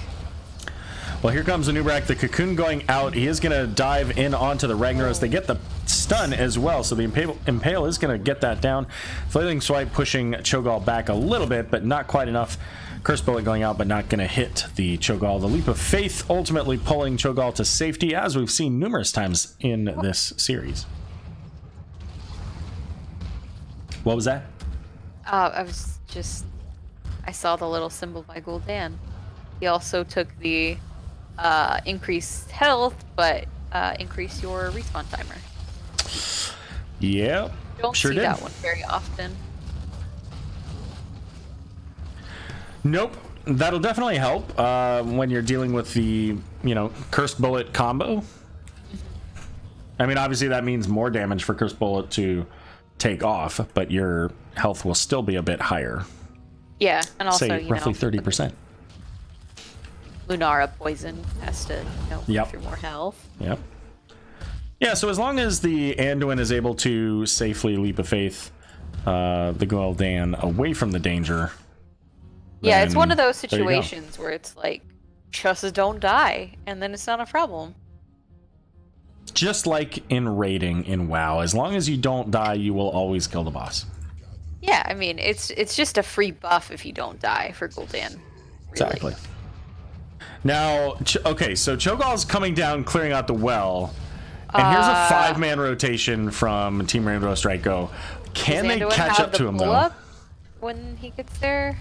I don't No. think he does, Did we because he already used it. Oh, wow. Oh! Oh my god, it was! That's... Wow. That had to be just off of cooldown. Gosh. There was so much used there. Oh my gosh. I cannot Secret believe that worked out. Cho'Gall makes it out just fine. Full health, by the way. Yikes. Absolutely nuts. Welcome everybody from Moist Weakness stream. We are in the middle of Game 3 between Cool Cats and Kittens and Team Rainbow Strike Go in a Division D West matchup. This is our second game in a row with some Cho'Gall action, by the way, in case you were wondering.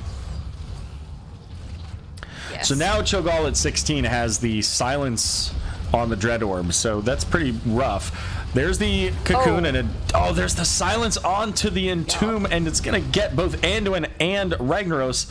Flailing Swipe knocking the Cho'Gall back, but not before they can get the kill onto the Anub'arak. With no Anduin to save him, the shove gonna force Cho'Gall into the safety of the fort, but this could very well be the first Punisher of the game for Team Rainbow Strike Go. That Leoric and Stukov Silence combo is pretty nice. Getting 2 kills there for Rainbow Strike. Go!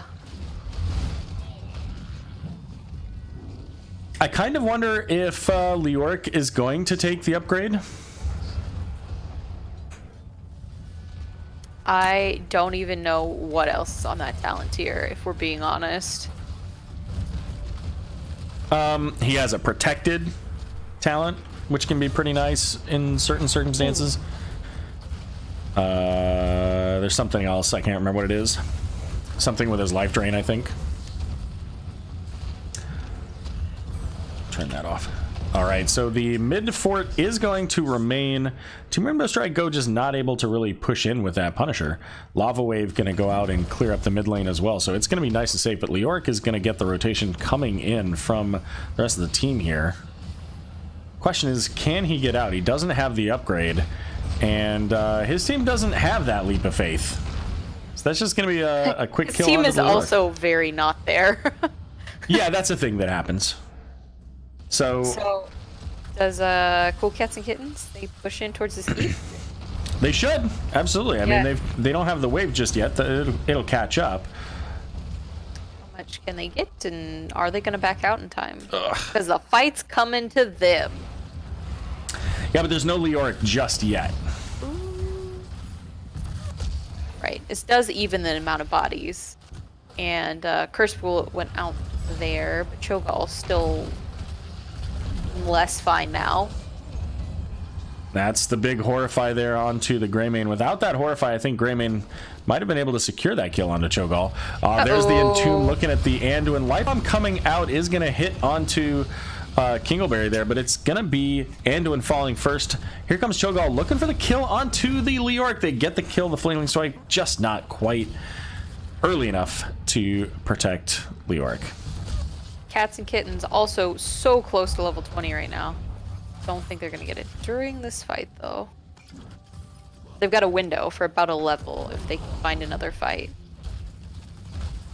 Yeah, being down their support though is a pretty rough circumstance for them to try to go into. Talents are all that matters. Of course. Supports are meaningless at the support main. All right. Bottom lane is the next objective. It's going to be a Frozen Punisher. So whichever team is able to pick this one up should be able to push a keep. And possibly more, depending on if they're able to get some kills out of it.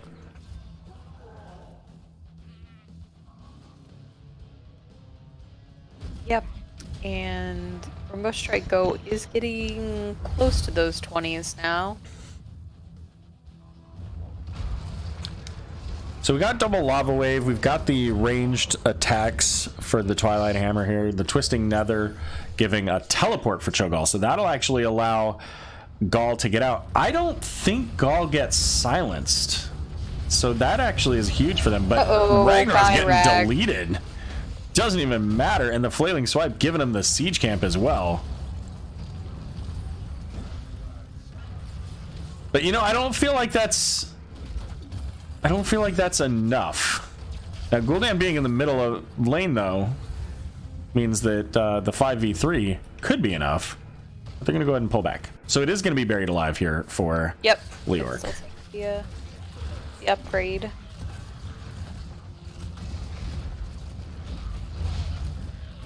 Yeah, so I like that level 20 talent. I like the Twisting Nether upgrade, Shifting Nether. Giving him the teleport. I mean, that's going to save... We've already seen the Leap of Faith save him. That's kind of a self-save. So we'll see if they're able to make use of that in a danger place. Anub'arak diving in by himself. The rest of the team nowhere even remotely close. But it is going to be the Punisher going over to Team Rainbow Strike Go. Now... Yeah, Cool Cats and Kittens has a camp in the top lane, though, so they're just going to get this keep for free. It's free. Yeah. Yep. Now, what can they do on defense?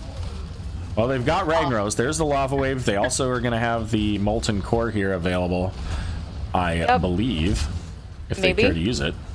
Rag? Maybe he was just... Yeah, he was waiting for the root to make sure he didn't get hit by it. And that's going to force Rainbow Strike Go to pull back. They also have a camp on their own keep, but it's going to die, as will the catapult here in just a moment. Yeah, but that's not bad for the cool cats and kittens losing the objective. Your keep is still totally fine because Ragnaros. And also you took the enemy's keep during that time. Kind of like that first curse that we saw where they wiped the enemy team and then took a boss and got structures. Yeah, minor details. Except, you know, they're hoping they'll win this one in the end. Indeed, indeed. What was the question? I don't know what the question was. Was there a question? Who asked the question? I have no idea. Rex crazy. Mr. Weenus, much appreciated for the 69 bits. Somehow I missed that in the middle of the chaos that was ensuing earlier there. Appreciate that. Making the stream moist. Yikes. Oh, you didn't say my name. I'm a dummy. Well, okay, we're psychic. Now I said your name. Oh! You got him. So we also have Gul'dan with the Demonic Circle, so another get out of jail free card. We also have, is it Glyph of Faith? Yes. So another Leap of Faith. So, I mean, lots of ways out of the bad. Like, they pretty much have to get Anduin in the Entomb. Otherwise, they just don't win. Yeah, and they did, they have caught Anduin before. Couple times. And they repeated. Anduin has died twice, both of which were in Entombs, if I remember right. Man, Rainbow Strike Go is going really heavy trying to get in on these invades. They already got one, and Cho'Gall at half health. Oh no! There's the Anduin. The Horrify is going to come out, though, but it's not enough. Yeah, they don't have the follow-up. Cho'Gall, you're alone, bud. I mean, That was I a guess really he's good. never alone. That was that was a really good play though. They brought the Cho'Gall down, forcing Anduin to kind of walk around, putting himself in a really bad position where he just walked into 5 enemy heroes. I think he was looking to try to get a Leap of Faith out there, but turns out it's not a good idea for your healer to walk into 5 enemy heroes. Yes, that is a pro tip. Have learned that the hard way also. Good news-ish, he'll be respawning right as this objective comes up. So he won't be gone for much of it.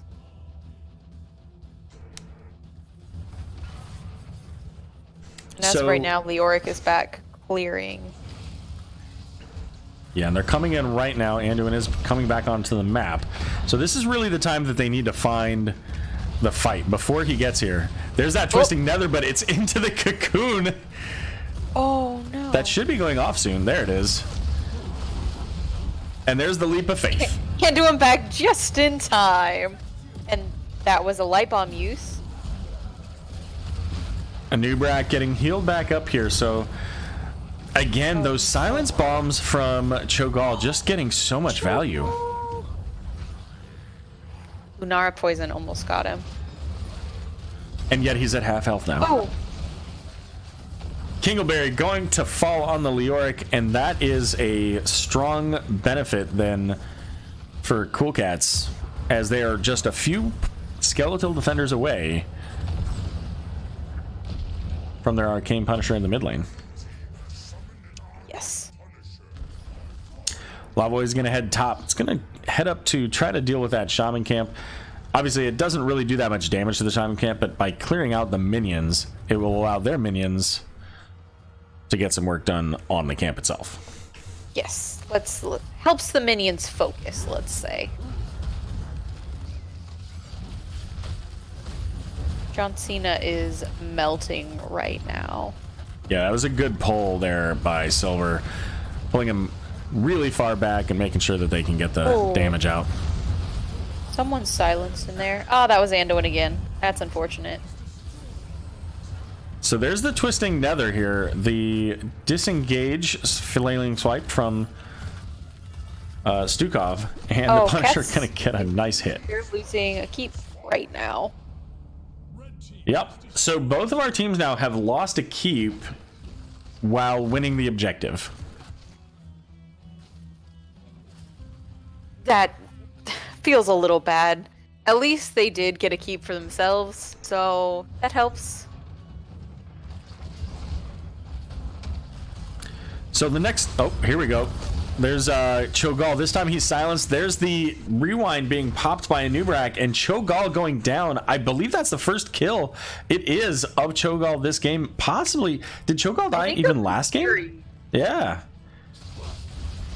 And it looks like Rainbow Strike Go is thinking that they may be able to push forward and win. Yeah, that's a very long time that they're going to have a 3v5. Lava Wave right into the heroes here. And this is just a route. And they put Rag into the cocoon. Now, can a Nubrak get the stun onto him? They are on the core. The shielding is gone. The root hitting onto several. And Rag getting a lot of damage from his blast wave here. Kingleberry falling very low, but the core at 30%. The poison damage coming out. Oh, wow. Rainbow Strike Go accomplishes a victory in game number 3. And I gotta tell you, how long was this game? That was probably 20 minutes or so? 22 minutes? It was definitely an amount of time. Yes. Well, you know what? Perfect. Oh, well. Yeah, it doesn't say. Game Oh, time well. 000. That's a shame. Whatever it was, I mean, level 24 to 23, so it was a fairly long game.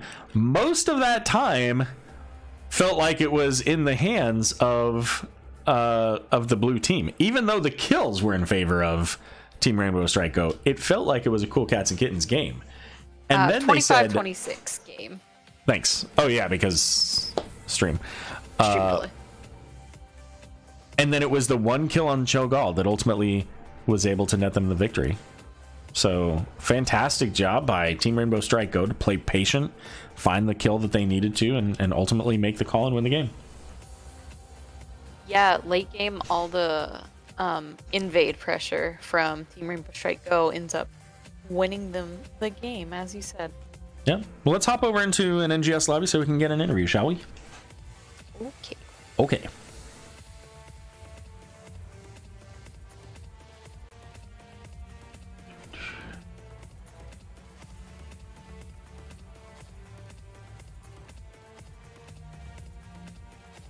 All right, we got Lulu. Hey, I am still here.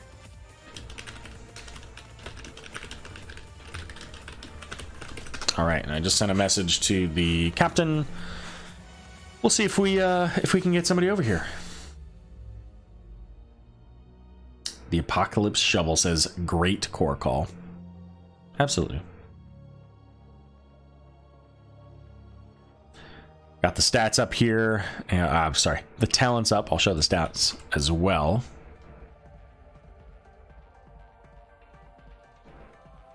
Let's see. What are they doing over there? 2, 3, 4, 5, 6.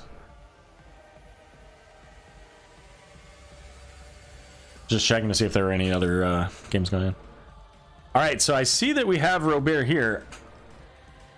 Are you there? I'm here. Can you hear me? Yes, I saw your thing light up there, so I just wanted to make sure that that we could actually hear you. Congratulations! You know what?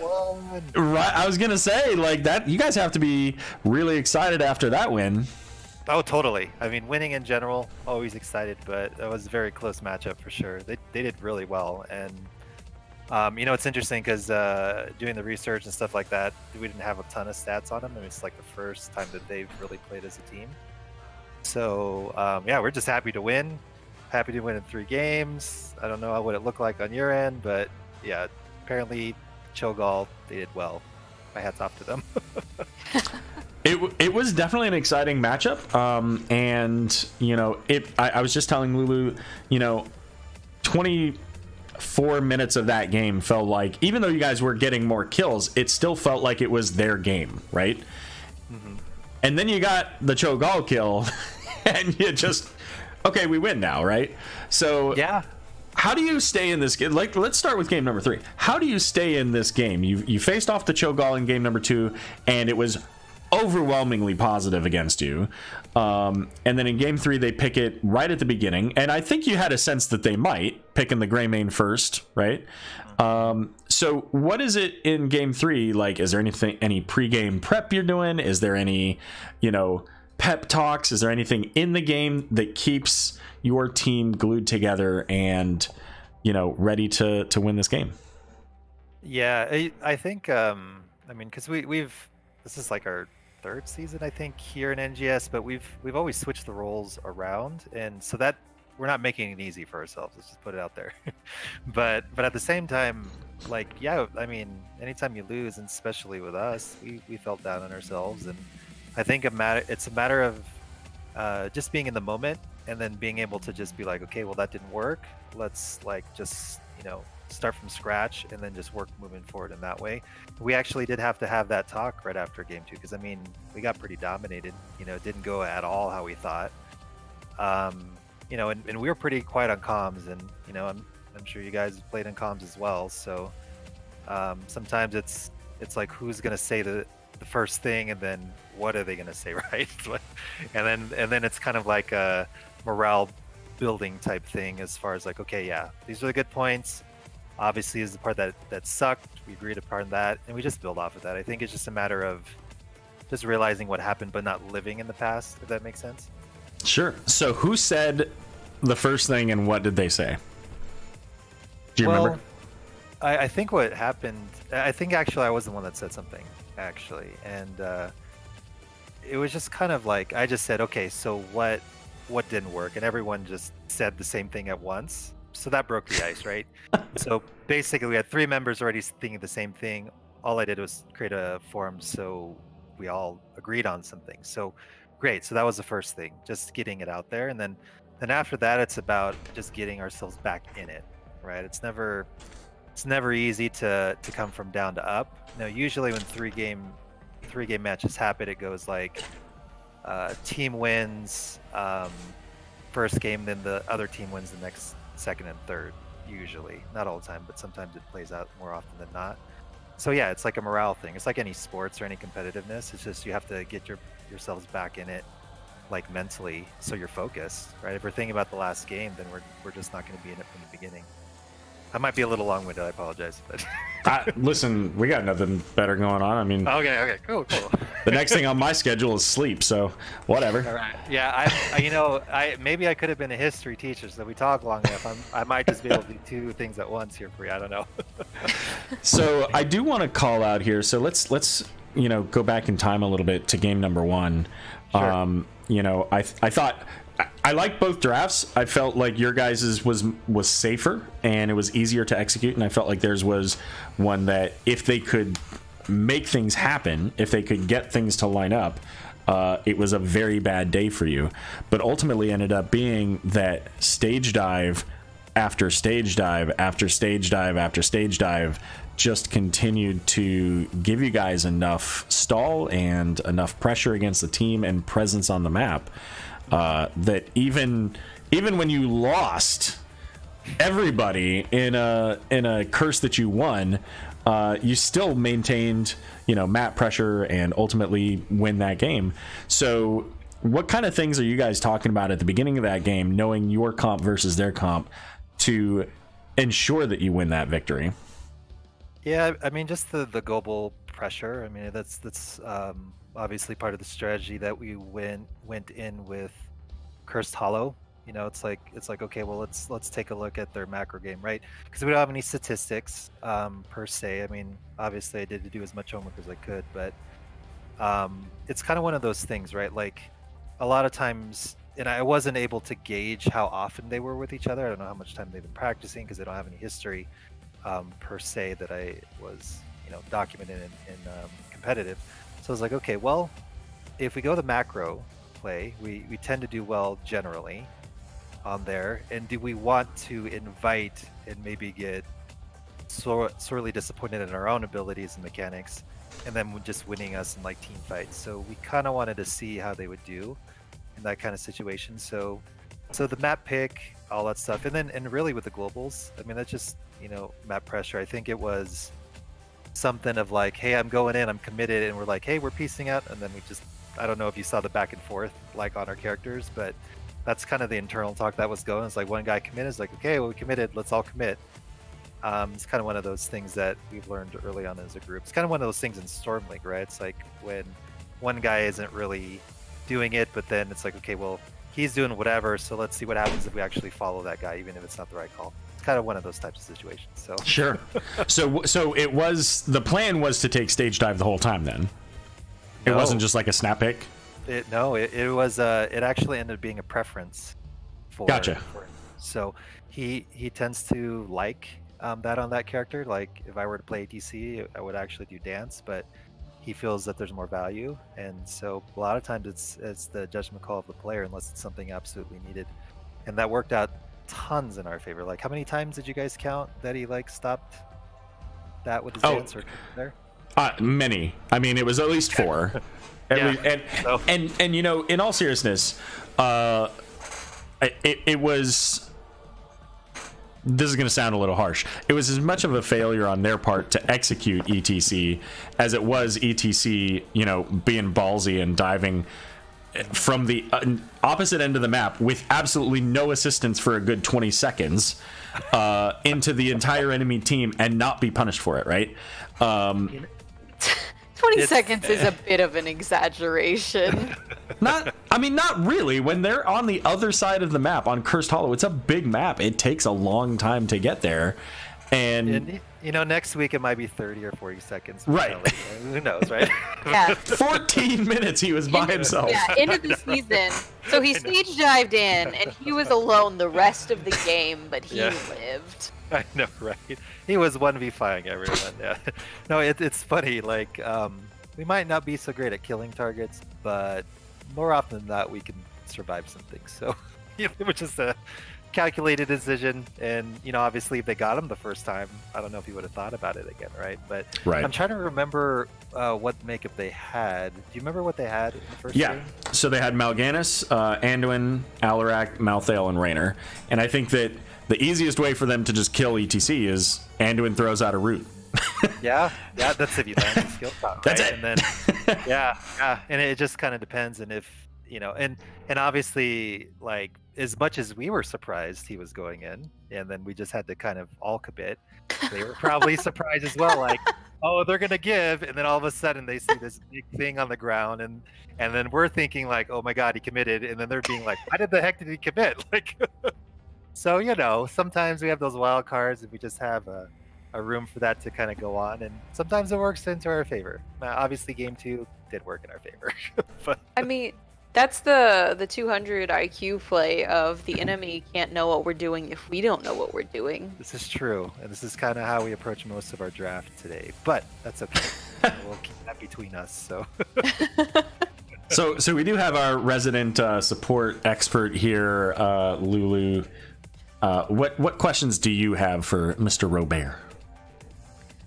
Yeah, I mean, you said you guys have been around NGS for a few seasons. I know I remember seeing your name around for a while. How did your team get together? Did you play any other leagues before? Or what brought Team Rainbow Strike Go together? Actually, let's see. So we first started off in Heroes Lounge.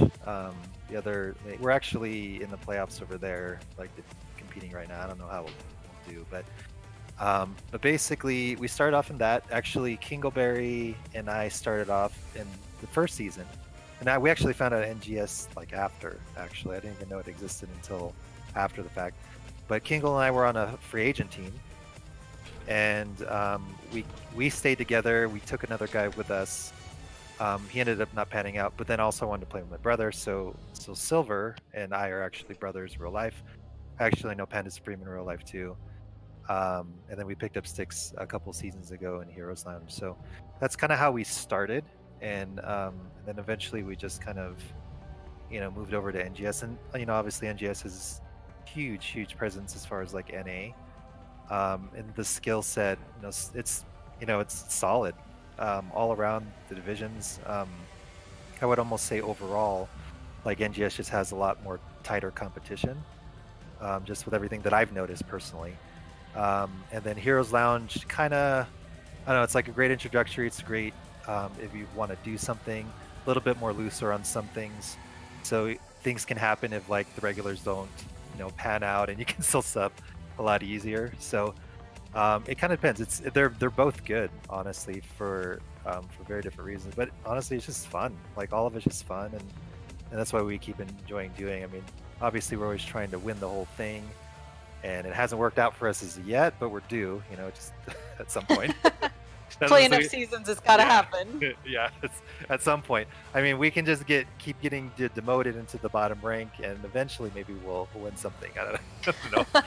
Maybe that's our strategy. Instead of going up, we're going down, trying to be the best of that.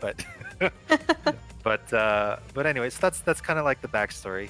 So we've actually all put in some time together.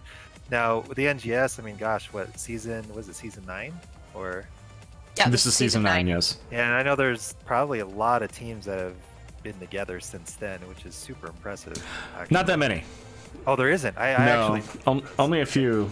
I think Duratan's Couch is one of the few. I'm not positive they're around from season 1, but you'd be the expert by far than I. So it just got the appearance. I was like, man, like when I do the research, it's like these guys hardly practice that I can tell. Like, what the heck? Like, what's going on? They just like know each other. It's like, okay, I'm gonna say this word, and the other guy says a second, the other guy says a third. Is that where they're at now? And I'm just like, I don't know, whatever. Throw my papers up in the air, light a fire, whatever. But well, you mentioned something that I think is gonna lead to Lulu's next question. Oh, go for it. Go for it. Do you know my next question? My next question, I think I do. Was gonna be, how'd you get your name? Is that what it was? Oh, our team name? It's not what I thought it was, but go ahead. Oh, okay. Let's see how good you are at reading minds, Aero. So we were, let's see, what the heck were we called our first? I think it was like Fat Newton or something. Just a free agent team that they signed for us. And then I think the next team, it's kind of one of those things where you throw out all these names, we have all these ideas, and for whatever reason in the moment, everyone was in a silly mood, probably because we were tired, and we just started laughing, is really what happened. So we threw it out there, and it sounded so ridiculous, and we tried to envision what it would actually look like, and it's like, that's even more ridiculous. And then we thought about it for another day or two, and we're like, okay, it's still stupid, we're gonna go for it, it makes us laugh, and that's kind of how it happened. So there wasn't really anything like that. I think also the rainbow actually came in there. It wasn't a political statement. I mean, I guess we could make it that way because we're all for equal rights anyway, but it actually just came because the skill set of our players were like literally at the time all different stages of the game. We had like a plat player, we had a gold player, silver player, a bronze player, and a diamond, I think, when we initially did it. So that was also kind of the symbolism there of like, we're just all stages, all united to do one common goal, and that's win and kick butt, really. So that's kind of how it started. Very nice. Aero, what was my other question? So Lulu's other question was asking why Panda Supreme was not ever playing any of the pandas. That's true. You know what? Panda has his own mind of what he's going to do. So sometimes we make suggestions, he'll be like, no, this is the better reason for it. So, we're going to go with it. I'm not going to interfere with his role. But, maybe we'll figure out a game where we're all kind of on bears, in some form or another. Maybe we can figure out a way to work that out. We can probably have the hero pull for it. So that Rexar, Cuddlebear Stitches, Lily, Chen. Cuddlebear Stitches is banned. I know. Yeah, it doesn't have to be in this game, but go on. And to be fair, if the opposing team doesn't say anything about it, whatever. Who's another bear? Are there any other bears? Well, I guess Silver isn't really, but sometimes he'll name himself as Silver Bear as a tag. But yeah, anyways. I'm not sure that counts, yeah, but Yeah, I'm stretching. I'm like reaching there. People can use bear mounts. Yeah, true. Yeah. All right, well, let's go ahead and wrap it up, and because I have a date with 2 pillows and three dogs, which sounds way worse than it was intended to. Man, you should have stopped that halfway through. You know, it sounds kind of exciting. I don't know. I mean, I guess it depends on what that makeup looks like for you, Aero. Yeah. Abort. I know. So yeah, Robert, any shout outs you'd like to make at the end of the night? Yeah, just shout out to you guys. Number one, thanks for casting. It's always fun to kind of watch the replays and really actually hear the insight. I've learned a lot actually from your guys' point of view and what you guys are thinking versus what we're actually thinking. That's actually been very helpful, just on a learning perspective. So I appreciate that, and also just showcasing us. You know, also shout out to the other team. No, it's the first game for both of us, but you know, I don't know how long they've been practicing, but they seem like they had some good, solid stuff going on there. Very surprising with the Cho'Gall play. Anyway, that just props to them. Props to our guys too, just for putting the time. We literally just swapped roles today, and you know, just to make it harder for ourselves again.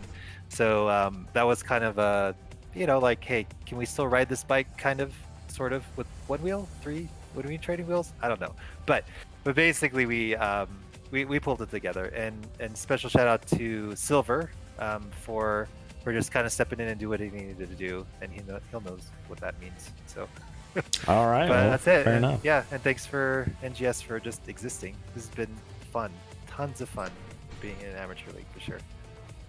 Awesome. Well, thanks for joining us, Robert. Really appreciate it. Good luck with the rest of your season.